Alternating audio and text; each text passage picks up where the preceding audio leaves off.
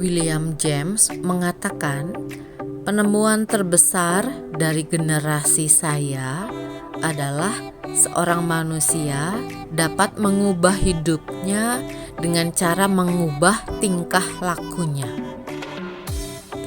Setiap kali berhadapan dengan kabar buruk, orang yang merepotkan, atau sesuatu yang mengecewakan, sebagian besar di antara kita terjebak dalam tingkah laku tertentu, cara bereaksi terhadap hidup, terutama kesulitan yang tidak mendatangkan kebaikan bagi kita. Kita bereaksi berlebihan, meledak di luar kendali, ngotot, dan selalu memandang hidup dari sisi negatif. Bila kita terpaku pada hal-hal kecil, misalnya waktu kita disakiti, tidak dihiraukan, dan mudah tersinggung, reaksi kita yang berlebihan tidak hanya akan membuat kita frustasi, tetapi juga akan membuat kita terjebak, menuntut hal yang kita inginkan terjadi. Kita kehilangan wawasan yang lebih besar dan terperangkap dalam pandangan negatif, mengabaikan orang lain yang ingin membantu kita. Singkatnya, kita menjalani hidup seolah-olah sedang berada dalam keadaan darurat. Kita sering kelihatan sibuk, berusaha memecahkan masalah, tetapi kenyataannya kerap kali kita malah memperbesar masalah. Karena menganggap semua hal sebagai masalah besar, akhirnya kita menghabiskan hidup dari satu drama ke drama yang lain. Tak lama kemudian, kita jadi terbiasa menganggap semua masalah sebagai masalah besar. Kita jadi tidak tahu bahwa cara kita menghadapi masalah erat sekali hubungannya dengan seberapa cepat dan efisien kita memecahkan persoalan tersebut. Bila kita belajar bereaksi terhadap persoalan hidup dengan lebih santai, masalah yang kelihatannya tidak dapat diatasi, lambat laun akan lebih cepat dikelola. Bahkan hal-hal yang membuat kita stres berat tidak lagi membebani kita. Untungnya, ada cara lain berhubungan dengan hidup, cara yang lebih lembut dan lebih anggun, yang membuat hidup lebih mudah dan orang-orang yang menjalaninya merasa lebih nyaman. Cara lain untuk menjalani hidup ini termasuk mengubah kebiasaan lama yang bersifat reaktif menjadi kebiasaan baru, yaitu mencari perspektif atau sudut pandang lain. Kebiasaan baru ini membuat kita mampu meraih hidup yang lebih kaya dan memuaskan. Saya ingin membagi kisah saya sendiri yang membuat hati saya tersentuh dan menjadi pelajaran penting bagi saya. Kira-kira setahun yang lalu, sebuah penerbit asing menghubungi saya dan meminta saya mendapatkan kata pujian dari Dr. Wayne Dyer untuk edisi bahasa asing buku tersebut. Saya berkata, karena Dr. Dyer sudah memberikan kata pujian untuk buku saya yang terdahulu, saya tidak tahu apakah Dr. Dyer mau memberikannya lagi, tetapi saya berjanji untuk mengusahakannya. Seperti yang biasanya terjadi di dunia penerbitan, saya mengirimkan permohonan saya, tetapi saya tidak mendapat balasan.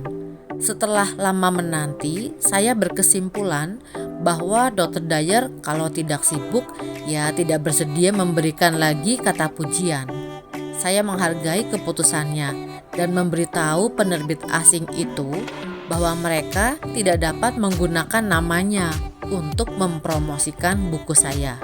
Saya anggap kasus ini telah selesai. Tapi, kira-kira 6 bulan kemudian, saya menerima satu eksemplar edisi bahasa asing buku tersebut. Dan yang membuat saya kaget, di sampul buku itu tercantum kata-kata pujian yang diberikan Dr. Dyer untuk buku saya yang terdahulu. karena saya tidak secara spesifik memberikan larangan, penerbit asing tersebut telah mengambil kutipan pujian dari Dr. Dyer untuk buku saya yang terdahulu dan mencantumkannya di sampul buku yang baru tersebut. Saya marah sekali dan khawatir akan akibat dan konsekuensinya. Saya menelepon agen saya yang segera menghubungi penerbit asing itu dan menuntut agar buku itu ditarik dari peredaran. Sementara itu, saya memutuskan untuk menulis surat permintaan maaf kepada Dr. Dyer, menjelaskan situasinya dan apa saja yang sudah saya lakukan untuk menyelesaikan masalah ini. Setelah beberapa minggu saya bertanya-tanya apa kiranya reaksi Dr. Dyer, saya menerima surat yang berbunyi, "Richard, ada 2 aturan untuk hidup dalam keselarasan. Yang pertama, don't sweat the small stuff, atau jangan memusingkan hal-hal kecil. Dan yang kedua, it's all small stuff. Semua masalah dalam hidup ini cuma masalah kecil." Biarkan kutipan itu tercantum di buku itu. Salam hangat, Wayne Dyer. Ini dia. Tidak ada khotbah, tidak ada ancaman, tidak ada sakit hati dan konfrontasi.